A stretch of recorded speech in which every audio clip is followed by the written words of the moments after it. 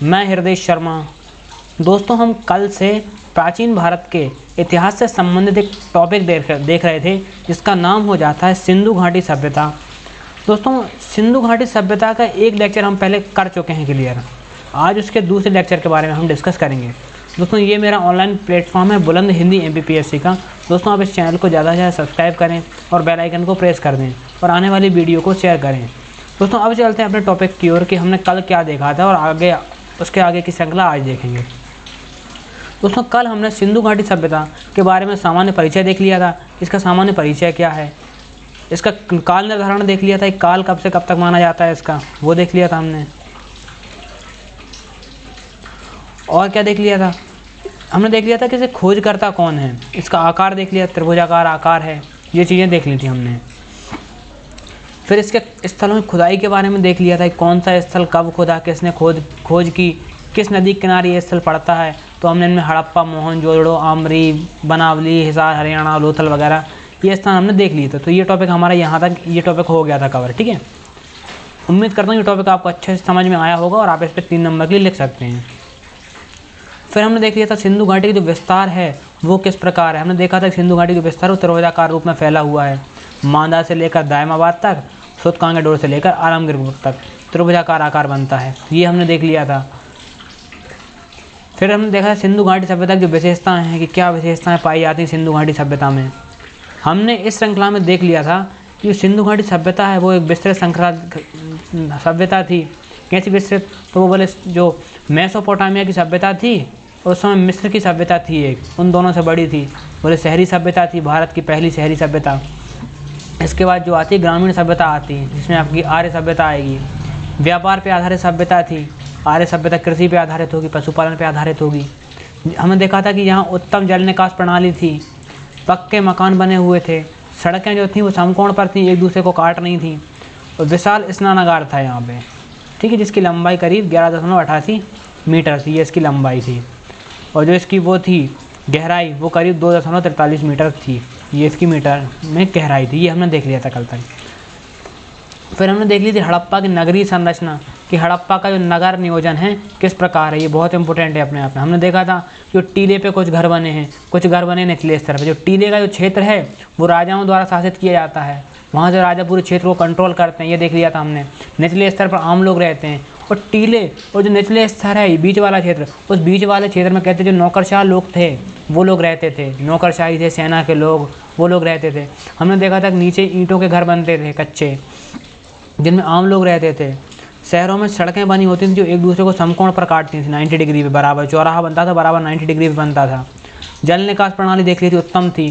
जो नालियाँ बनती थी और नालियों को पत्थरों से ढक दिया जाता था, काय की दृष्टि से, सुरक्षा की दृष्टि से और स्वच्छता की दृष्टि से, ये देख लिया था हमने यहाँ तक। आज अपन देखते हैं अगला टॉपिक नया, जो सिंधु घाटी सभ्यता है। दोस्तों, आपने सिलेबस देखा होगा, उस सिलेबस में साफ एक बात लिखी है। क्या लिखी है कि हड़प्पा से लेके 11वीं शताब्दी तक की सामाजिक, आर्थिक, धार्मिक, राजनीतिक स्थिति के बारे में अपन को बताना है। तो अपन ने कल सिंधु घाटी सभ्यता के बारे में कुछ फैक्ट देख लिए थे, कुछ प्रश्न देख लिए थे जो बन रहे थे वहाँ से। आज देखेंगे सिंधु घाटी सभ्यता की जो आर्थिक स्थिति है वो किस प्रकार की है। तो दोस्तों, सबसे पहले इसमें देखते हैं कृषि, कि सिंधु घाटी सभ्यता में कृषि का क्या औचित्य था, कृषि किस प्रकार की थी, विकसित थी कि नहीं थी, ये देखते हैं। तो दोस्तों, जो कृषि थी सिंधु घाटी सभ्यता की वो कैसी थी, विकसित थी। अच्छा, कृषि के विकास के लिए किस तत्व की आवश्यकता होती है हमें सबसे पहले, तो सब जल की। तो जल था वो कहाँ से मिला था, बोले सिंधु नदी के आसपास ये सभ्यता विकसित हुई थी, इसीलिए इसका नाम सिंधु पड़ा। तो सिंधु नदी के जलमग्न होने के कारण इस सभ्यता में हमें कहीं ना कहीं कृषि का विकास दिखाई पड़ता है। बोले अच्छा, बोले हाँ, सिंधु नदी के जलमग्न होने के कारण सिंधु जो हड़प्पा सभ्यता की कृषि थी वो विकसित थी। लेकिन ऐसे प्रमाण हमें मिलते हैं कि सिंचाई तो सिंधु घाटी सभ्यता तक होती थी, लेकिन नहर या धारा के माध्यम से सिंचाई नहीं होती थी। नहर या धारा के माध्यम से सिंचाई नहीं होती थी, ये आपको लिखना है। और क्या लिखना है, आपको लिखना है कि जो सिंधु घाटी सभ्यता के लोग थे वो गेहूं का खाद्यान्न का उपयोग करते थे। गेहूं, जौ, ऐसे खाद्य पदार्थ थे उनका उपयोग करते थे सिंधु घाटी सभ्यता के लोग, इन खाद्य पदार्थों का उपयोग करते थे, ये आपको देखना पड़ेगा। ठीक है, इनके बारे में कुछ फैक्ट भी मिलते हैं हमें, कुछ अनुमान, हालांकि कुछ साक्ष्य मिलते हैं कि सिंधु घाटी सभ्यता में वाकई कृषि होती थी। तो राजस्थान है अपना, राजस्थान से खेतों की जुताई के प्रमाण मिले हैं, राजस्थान से खेतों की जुताई के प्रमाण मिले हैं, ये भी लिखना है आपको, साक्ष्य करके लिख देना, हेडिंग बना देना साक्ष्य ऐसी हेडिंग बना देना, लिख देना राजस्थान से खेतों की जुताई के प्रमाण मिले हैं। तो ये पॉइंट आपको ऐड करना है, ठीक है। और क्या मिला है, और जो सिंधु घाटी सभ्यता के लोग थे वहाँ से पत्थर के हंसियों का उपयोग करते थे। काहे कि पत्थर के हंसियों का उपयोग काय में करते होंगे, अच्छा इनका उपयोग फसलों की कटाई में, पत्थर के हंसियों का प्रयोग, तो ये आपको लिखना है। और एक पॉइंट और आप ऐड कर देना कि सिंधु घाटी सभ्यता थी, सिंधु घाटी सभ्यता के जो लोग थे वो कपास का उपयोग करने वाले या कपास का उत्पादन करने वाले प्रथम लोग थे, कपास का उत्पादन करने वाले प्रथम लोग थे, ठीक है। ये आपको कृषि पे आप इतने पॉइंट आराम से लिख सकते हो, ठीक है। ये प्रश्न आपसे 5 नंबर के लिए पूछेगा कि सिंधु घाटी सभ्यता की आर्थिक स्थिति के बारे में चर्चा कीजिए, ऐसा प्रश्न आएगा। तो आप मैंने जो पॉइंट बताए उन पॉइंटों को अच्छे से लिख दीजिए, बहुत अच्छा फॉर्मेट है, इसको आपको अच्छे नंबर मिलेंगे इस पर, ठीक है। हमने देखा कि विकसित कृषि थी, क्यों थी, सिंधु नदी जलमग्न थी, लेकिन जो सिंचाई होती थी वो धारा या नहर के माध्यम से नहीं होती थी, ठीक है। हमने देखा गेहूँ, जौ, इस प्रकार के जो खाद्यान्न थे उनका उपयोग ये लोग करते थे। हमने फिर देखा कि जो कृषि के साक्ष्य कहाँ से मिले हैं, तो राजस्थान से खेतों की जुताई के प्रमाण मिले हैं। बोले पत्थर के हंसिया का ये लोग उपयोग करते थे फसल के काटने के लिए, और ये जो लोग थे ये कपास का उत्पादन करने वाले प्रथम लोग थे, ये आपको लिख देना है। पशुपालन कैसा था, बोले साहब जो पशुपालन था उसमें जो कुबड़ वाले ऊँट होते हैं, कुबड़ वाले ऊँट और सांड, इन लोगों का इसने जो कुबड़ वाले ऊँट और सांड, इनका इन्होंने पशुपालन किया है, इनका इन्होंने पालन किया है, इन्होंने इनको पाला है। और क्या किया है, कुत्ते बिल्ली के प्रमाण मिले हैं अपन को, कुत्ते बिल्ली के प्रमाण मिले हैं अपन को, ठीक है, कुत्ते बिल्ली के प्रमाण मिले। और क्या मिला है, गेंडे वगैरह के प्रमाण भी अपन को मिले हैं कहीं से। और आपको एक पॉइंट यहाँ ये करना है, जो हड़प्पा सभ्यता थी ये अश्व प्रधान नहीं थी, यानी ये जो हड़प्पाई लोग थे यहाँ अश्वों का प्रयोग नहीं करते थे, ठीक है, ये पॉइंट लिखना। लेकिन आपको इसका एक अपवाद भी है, अश्व प्रधान नहीं, इसका एक अपवाद भी है। कौन सा शहर, सुरकोतला, यानी सुरकोतला के लोग कहते हैं कि वो अश्वों से परिचित थे, ये इसका अपवाद है, ठीक है।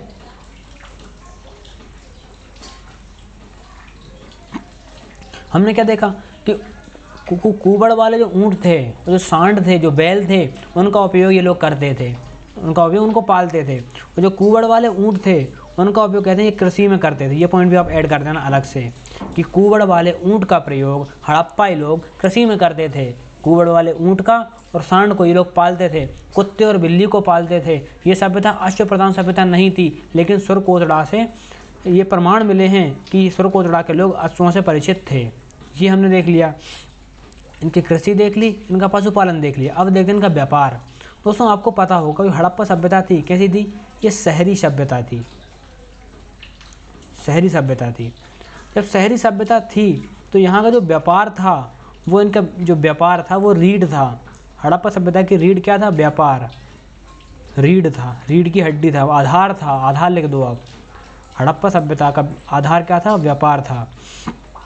कहते हैं कि जो हड़प्पा सभ्यता के लोग थे इन्होंने इराक,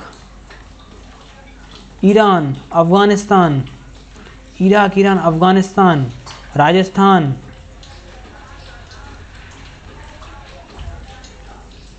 इराक, ईरान, अफ़गानिस्तान, कहाँ था, राजस्थान, और कहते हैं मेसोपोटामिया तक, मेसोपोटामिया तक इन्होंने क्या किया, व्यापार किया। इन देशों के साथ इनके व्यापार संबंध थे। और कहते हैं कि उन्होंने जो अफ़गानिस्तान का उत्तरी क्षेत्र था, अफ़गानिस्तान का उत्तरी क्षेत्र, कहते हैं वहाँ पे एक व्यापार कॉलोनी की स्थापना की थी, व्यापार कॉलोनी की स्थापना की थी। ऐसे प्रमाण मिलते हैं, ठीक है। इन प्रमाणों के आधार पर अपन बात कर रहे हैं। कॉलोनी की स्थापना की, क्योंकि ये स्थापना व्यापार कॉलोनी की, क्योंकि तो मध्य एशिया है उससे व्यापार करने के लिए, मध्य एशिया से व्यापार हेतु व्यापार कॉलोनी की स्थापना की। मध्य एशिया से व्यापार हेतु, ठीक है। ये देखा हमने देखा कि जो शहरी सभ्यता थी, सिंधु हड़प्पा सभ्यता एक शहरी सभ्यता थी, तो इसके आधार क्या था? व्यापार व्यवसाय था। हमने देखा कि इराक, ईरान, अफगानिस्तान, राजस्थान तक इनका व्यापार होता था और इन्होंने अफगानिस्तान के उत्तरी भाग में एक व्यापार कॉलोनी की स्थापना की ताकि ये जो मध्य एशिया है उससे व्यापार कर सकें। और यहाँ आपको एक पॉइंट और ऐड करना होगा कि जो हड़प्पा सभ्यता का जो व्यापार था ये हड़प्पा के पक्ष में होता था, यानी हड़प्पा के जो थे वो लाभ में रहते थे हड़प्पाई लोग। आज भी हम लाभ में नहीं रहते, वर्तमान में हमारा व्यापार अधिशेष में नहीं रहता, लेकिन हड़प्पा के लोग उस समय जो व्यापार करते थे वो अधिशेष में रहता था, लाभ में रहता था। ये आपको लिखना होगा, ये बहुत इंपॉर्टेंट पॉइंट है। अधिशेष में ये लोग इनका व्यापार रहता था, तो ये आप लिख दीजिए कि हड़प्पाई लोगों का व्यापार अधिशेष में होता था, ठीक है। कारीगर और शिल्प के बारे में क्या लिखना है? जो कारीगर थे और शिल्प थी वो किस प्रकार की कला हड़प्पा में विद्यमान थी, ये पॉइंट देखना है आपको। तो आपको ये लिखना है कि उस समय हमने देखा है जो कपास थे, कपास को बुनने के यंत्र बनते थे, कपास बुनने का यंत्र मिला है हमें, कपास बुनने का यंत्र मिला। इससे ये साक्ष्य मिलते हैं कि कहीं ना कहीं जो शिल्प की कला थी वो विकसित अवस्था में थी हड़प्पा में, क्योंकि कपास बुनने का यंत्र मिला है हमें, जिससे ये साबित होता है कि कहीं ना कहीं हड़प्पाई लोग शिल्प में भी योग्य थे, उनके कारीगर भी योग्य होते थे, ये प्रमाण मिलता है हमें। कपास का यंत्र मिला है कपास बुनने का, एक बुना हुआ कपास का टुकड़ा मिला है, बुना हुआ कपास का टुकड़ा, बुना हुआ कपास का टुकड़ा मिला है। और कहते हैं जो हड़प्पाई लोग थे ये मटका निर्माण के विशेषज्ञ थे, मटका निर्माण क्या थे? विशेषज्ञ थे, ये आपको लिखना है, मटका निर्माण के विशेषज्ञ, ठीक है। ये पॉइंट आप ऐड कर दीजिए, ठीक है। और ये धातु शिल्प में क्या ले सकते हैं? ये लोहे से संबंध धातु का काम करते थे, पत्थर का काम करते थे, टेराकोटा का काम करते थे, तो इस प्रकार के ये काम करते थे। तो अपन आराम से जो सिंधु घाटी सभ्यता की आर्थिक स्थिति है उस पर आप चाहे तो आराम से 11 नंबर में भी लिख सकते हैं। मैंने इतने पॉइंट बता दिए हैं कि आप 11 नंबर में आराम से इस पर डिस्कस कर सकते हैं। अब देखते हैं अपना जो सिंधु घाटी सभ्यता है उसकी सामाजिक स्थिति। अच्छा, आर्थिक स्थिति आपकी क्लियर हो गई होगी, यहाँ कोई भी पॉइंट नहीं बचा होगा, सारे पॉइंट अपन ने देख लिए हैं इसके, ठीक है। अब देखिए जो हड़प्पा सभ्यता है उसकी सामाजिक स्थिति किस प्रकार की रही होगी, यानी सामाजिक स्थिति में कैसे इनका समाज चलता था वो देख लेते हैं दोस्तों अपन।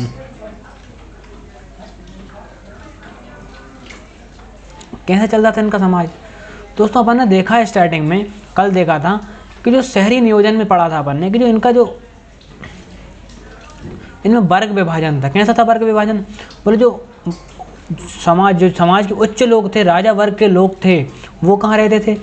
टीले पर रहते थे, शहरी टीले पर रहते थे। ये वर्ग विभाजन था इस आधार पर। बोले टीले पर रहते थे, कौन रहते थे?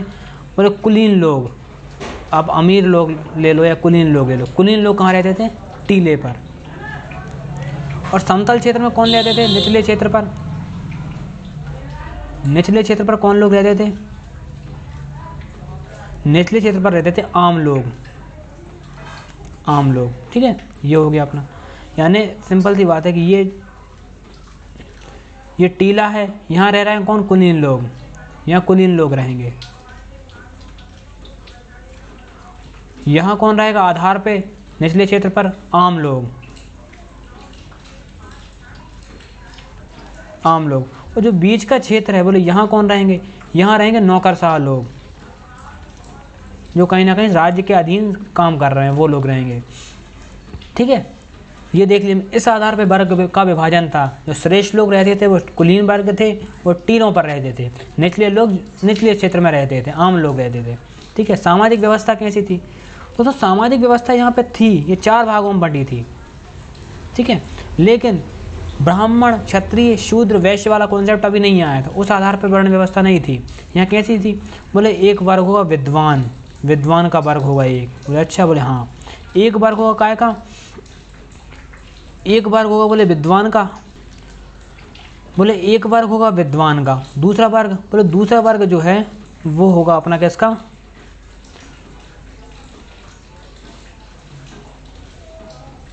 दूसरा वर्ग हो जाएगा किसका, विद्वान को आता है अपना कौन, योद्धा, योद्धा का हो जाएगा दूसरा वर्ग।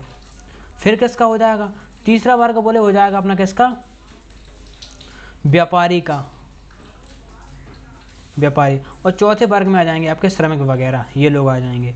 तो इस आधार पर समाज बटा हुआ था, यानी समाज में विभाजन तो था लेकिन वो जन्म आधारित नहीं था, वो कैसा था, कर्म आधारित। ये आपको लिखना है, कर्म आधारित। यानी हम देखेंगे कि यहाँ पे वर्ण व्यवस्था का कॉन्सेप्ट अभी नहीं आया था। वर्ण व्यवस्था अपन को देखने में मिलती है कहाँ, वैदिक सभ्यता में, आर्य सभ्यता में। तो यहाँ वर्ण व्यवस्था नहीं थी, वर्ग विभाजन था, टीलों के आधार पर, निवास स्थान के आधार पर। सामाजिक व्यवस्था कैसे बढ़ी थी, कर्म के आधार पर। विद्वान श्रेष्ठ वर्ग में आता था, उसके नीचे योद्धा आते थे जो युद्ध करते थे, इसके नीचे आते थे व्यापारी जो व्यापार व्यवसाय करते थे, सर्विस सेक्टर से रिलेटेड काम करते थे। फिर आते थे आपके श्रमिक, वर्कर। इस प्रकार का समाज यहाँ बटा हुआ था, ये देखा हमने। ये कर्म आधारित थी, जन्म आधारित नहीं थी, ये आपको लिखना है, ठीक है। फिर बोले क्या था, फिर बोले स्त्रियों की दशा बढ़िया थी। कैसी थी, स्त्रियों को सम्मानजनक स्थिति प्राप्त थी, सम्मानजनक इस दशा स्थिति प्राप्त थी, दशा थी, कैसी सम्मानजनक स्थिति थी, किसकी, स्त्रियों की। ये पॉइंट लिखना है आपको। अच्छा, इसका जो प्रमाण मिलता है वो कैसे मिलता है, हम कैसे कह सकते हैं कि स्त्रियों की सम्मानजनक स्थिति, अच्छी स्थिति थी, उनको सम्मान प्राप्त था समाज में, ये बताना पड़ेगा ना आपको। तो कहते हैं कि हमें जो मोहरें मिली हैं, जो मोहरें मिली हैं, उन मोहरों पे, मूर्तियों पे महिलाओं की मूर्तियाँ ज़्यादा हैं। इसकी महिलाओं की मूर्तियाँ ज़्यादा हैं, और वो मूर्तियाँ कहते हैं सम्मानजनक मुद्रा में पाई गई हैं। इससे ये स्पष्ट होता है कि महिलाओं की स्थिति अच्छी थी, महिलाओं की स्थिति अच्छी थी, ठीक है। और ये बात सिर्फ आप यही नहीं, जैसे जैसे हम हड़प्पा सभ्यता से नीचे चलते जाते हैं, जैसे जैसे हड़प्पा सभ्यता से नीचे चलते जाते हैं, वैसे वैसे महिलाओं की स्थिति गिरती जाती है, महिलाओं की स्थिति गिरती जाती। ये बात आपको हमेशा याद रखनी है हर कॉन्सेप्ट में। आप यहाँ से आर्य सभ्यता में पहुँचेंगे, महिलाओं की स्थिति गिर जाएगी। फिर आप गुप्त में पहुँचेंगे, वो गिर जाएगी। मौर्य में पहुँचेंगे, गिर जाएगी। गुप्तोत्तर में। तो जैसे जैसे आप नीचे चले जाते हैं, हड़प्पा से आगे बढ़ते जाते हैं, वैसे वैसे महिलाओं की स्थिति खराब हो जाती है। तो सबसे अच्छी दशा थी महिलाओं की, स्त्रियों की हड़प्पा में। सम्मानजनक स्त्री प्राप्त, सम्मान प्राप्त था समाज में। तो ये इनकी स्थिति दशा देख लिया अपन ने। बोले शिक्षा का कैसा प्रभाव था, बोले यहाँ के लोग शिक्षित तो थे, हड़प्पा के लोग शिक्षित थे। बोले ये इनके व्यापार कौशल से पता चलता है। तो इस प्रकार कुछ प्रमाण मिले हुए हैं, कुछ मुद्राएं भी मिली हैं जिनसे इनके शिक्षित होने का प्रमाण अपन को मिलता है कि ये शिक्षित थे। तो ये अपना यहाँ पे अपन इनकी सामाजिक स्थिति देख ली दोस्तों, ठीक है। उम्मीद करता हूँ आप सामाजिक स्थिति से आपकी क्लियर हो गई होगी, यहाँ पर कोई डाउट नहीं होगा।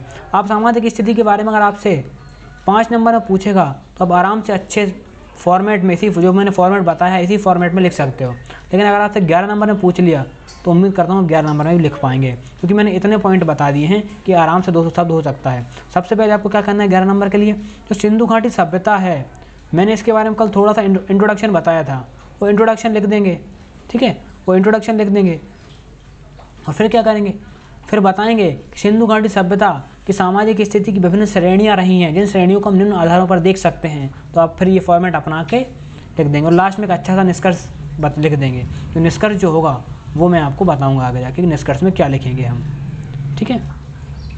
तो ये हमने देख लिया है इनकी सामाजिक स्थिति। अब देखते हैं इनकी धार्मिक स्थिति, कि इनका जो धर्म था वो कैसा था, इन धर्म में क्या क्या चीज़ें बताई गई थी सिंधु घाटी सभ्यता के, किस प्रकार का धर्म ये लोग फॉलो करते थे। तो ये भी देखना पड़ेगा ना आपको।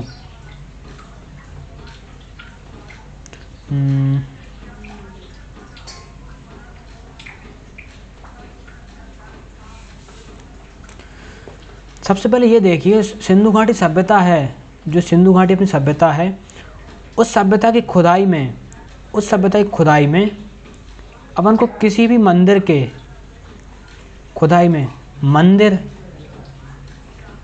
या धार्मिक स्थल, मंदिर या धार्मिक स्थल के साक्ष्य नहीं मिले हैं। मंदिर या धार्मिक स्थल के साक्ष्य नहीं मिले हैं अपन को, ये बात आपको याद रखनी पड़ेगी। बोले सिंधु घाटी सभ्यता की फिर धर्म कैसा था, बोले धर्म तो था लेकिन मंदिर के साक्ष्य नहीं मिले, किसी पूजा स्थल के साक्ष्य नहीं मिले। बोले पागल हो गया, तो जब धर्म मंदिर के साक्ष्य नहीं मिले, धार्मिक स्थल के साक्ष्य नहीं मिले। धर्म कैसे रहा होगा? बोलो धर्म था, कैसे था? बोलो प्रकृति की पूजा होती थी। कैसे होती थी? जो वृक्ष थे उनकी पूजा होती थी, नदियाँ थी उनकी पूजा होती थी। कहते हैं जो एक महिला थी, उस महिला के गर्भ से एक वृक्ष को उगते हुए दिखाया है, वृक्ष की उत्पत्ति बताई है, वृक्ष की उत्पत्ति बताई है, जिसे मातृ देवी बोलते हैं, जिसे कहते हैं प्रकृति देवी, मातृ देवी या प्रकृति पूजा, मातृ देवी ये बोलते थे। यानी जो एक महिला, यानी यहाँ जो महिला का गर्भ है उसे ये बताया है कि विभिन्न मानवों की जननी प्रकृति है, ये बताने का प्रयास किया है इस चित्र के माध्यम से। यानी एक मुद्रा मिली है, उस मुद्रा पे हमें ऐसे चित्र मिले हैं कि एक महिला, उस महिला के गर्भ से वृक्ष की उत्पत्ति होते हुए दिख रहा है हमें, ठीक है। तो कहीं ना कहीं प्रकृति को एक माँ का दर्जा दिया गया है, तो कहीं ना कहीं उसकी पूजा करते थे, तो ये प्रमाण मिलता है हमें, प्रकृति पूजा के प्रमाण मिलते हैं, ठीक है। वृक्ष पूजा, वृक्ष बोले साहब ये जो हड़प्पाई लोग थे ये वृक्षों की पूजा करते थे, काहे की वृक्षों की पूजा करते थे, वृक्षों की पूजा करते थे, वृक्षों की पूजा करते थे। कहते हैं जो अब साहब एक मुद्रा मिली है हड़प्पा से, क्या मिली है? बोले एक मुद्रा मिली है, कहाँ से? हड़प्पा से, हड़प्पा सभ्यता है, वहाँ से एक मुद्रा मिली है खुदाई में। उस मुद्रा पे कहते हैं एक पीपल के पेड़ में, पीपल का एक पेड़ का पत्ता था, उस पत्ते में किसी देवता की या देवी की प्रतिमा दिखाई गई है, काहे की देवता या देवी की प्रतिमा दिखाई गई है।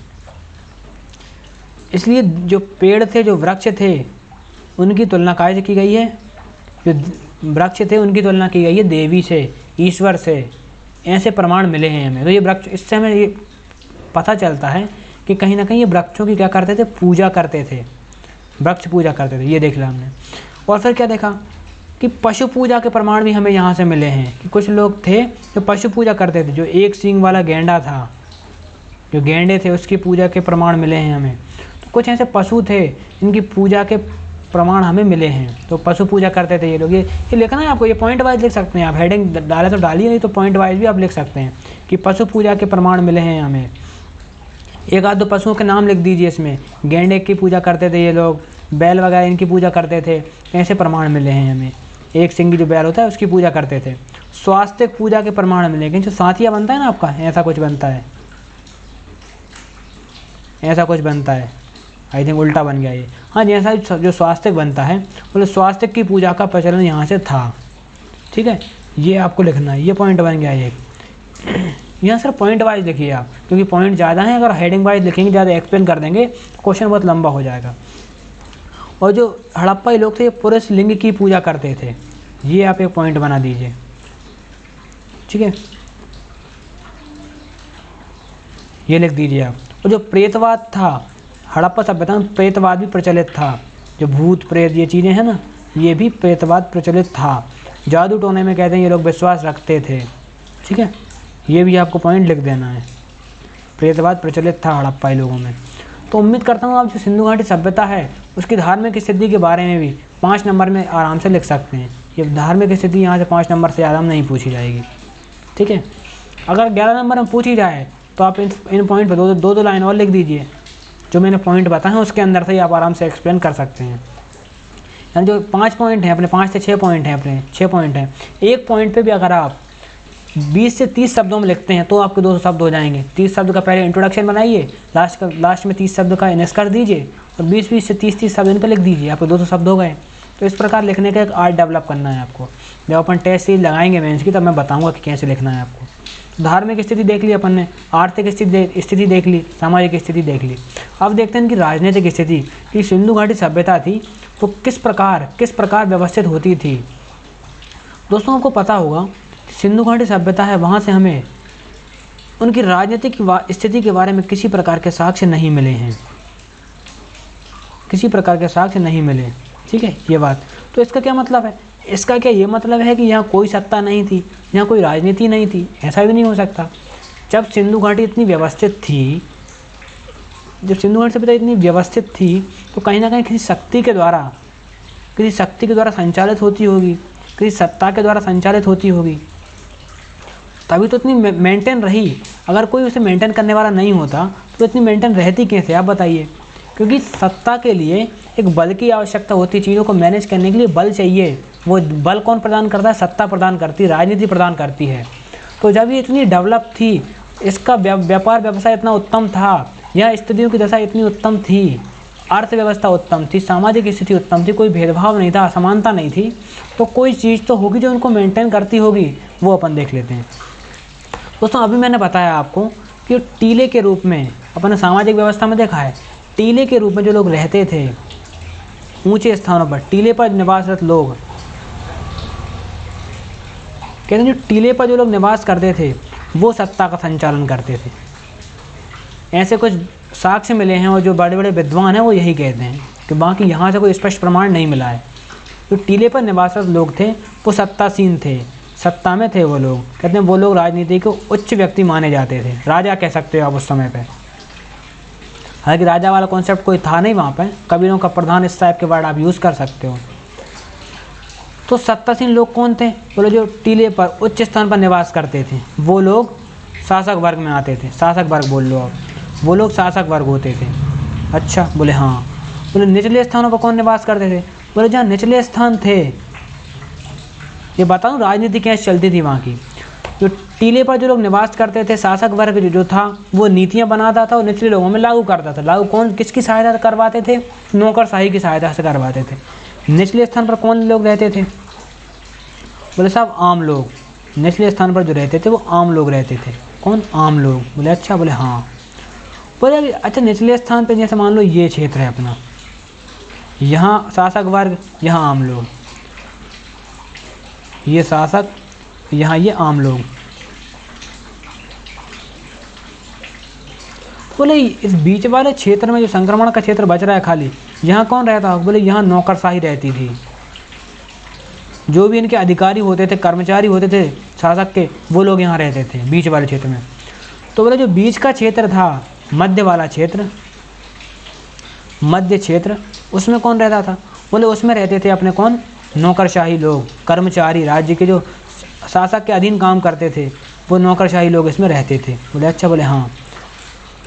बोले ये देख लिया हमने कि शासन किसके द्वारा करते थे, शासन कौन करता था, देख लिया। बोले गढ़ वाले जो लोग गढ़ में रहते थे, टीले पर रहते थे, वो लोग शासन करते थे। किस पे करते थे? बोले जनता। बोले जनता कौन है? जो लोग निचले स्थानों पर निवास कर रही है। मतलब जो निवास स्थान के आधार पे यहाँ पे डिस्क्रिमिनेशन हो रहा है, निवास स्थान के आधार पे सत्ता की पहचान कर रहे हैं हम लोग। जो ऊंचे स्थानों पर जो रह रहे हैं वो कौन होंगे? बोले वो होंगे अपने शासक वर्ग। जो निचले स्थान पर होगा वो कौन होगा? बोले वो आम लोग होंगे। और बीच वाले स्थान पर जो होगा वो नौकरशाही होगी, जो नीतियों को क्रियान्वित करेगी। ये देख लिया हमने। बोले अच्छा, बोले तो ये बात बताइए आप कि आपने बता दिया कि ऊपर वाले लोग सत्ता संभालते थे, नीचे वाले आम लोग थे, बीच वाले मेंटेन करते थे। तो सत्ता के लिए धन कहाँ से आता था? कहीं ना कहीं से। सिर्फ सत्ता, सिंपल सी बात, सत्ता को मैनेज करने के लिए क्या चाहिए?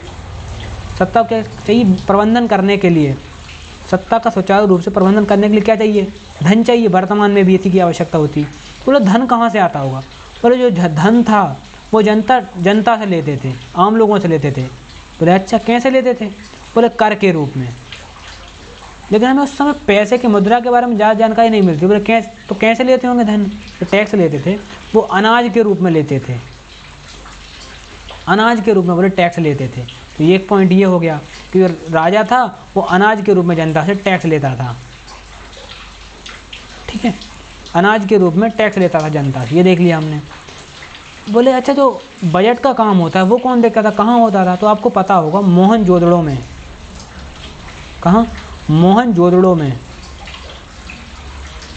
आपको पता है एक विशाल स्नानागार मिला है, लेकिन कहते हैं उस स्नानागार के साथ एक अन्नागार भी मिला है। विशाल है, जो भी विशाल अन्नागार मिला है। और उस अन्नागार जो कहते हैं, जो अन्नागार था वो राजकोष था। राजकोष था, राजकोष बोल लो या कोष बोल लो। जो अन्नागार था वो राजकोष था। तो ये आपको लिख देना एक पॉइंट में। यानी जो वर्तमान भारत की जो संचित निधि है उससे आप इसकी तुलना कर सकते हो। जो भारत की संचित निधि है उससे आप इसकी तुलना कर सकते हो। कनेक्ट करते हुए चलना परिस्थितियों से, उस समय क्या हो रहा था, वर्तमान में क्या हो रहा है, ये चीज़ों से कनेक्ट करते चलेंगे तो अंडरस्टैंडिंग करने में आपकी समस्या नहीं होगी। ठीक है, तो हमने देखा कि जो मोहनजोदड़ो का जो अन्नागार था वो क्या था, एक तरह से कोष था, वहाँ से धन मिलता था। अच्छा, उस कोष में धन कहाँ से आता होगा आप बताइए। अब भी मैंने बताया कि जो टैक्स लेते थे जनता से अनाज के रूप में, वो यहाँ पे रखते थे, इस कोष में, इस अन्नागार में रखते थे यहाँ पे।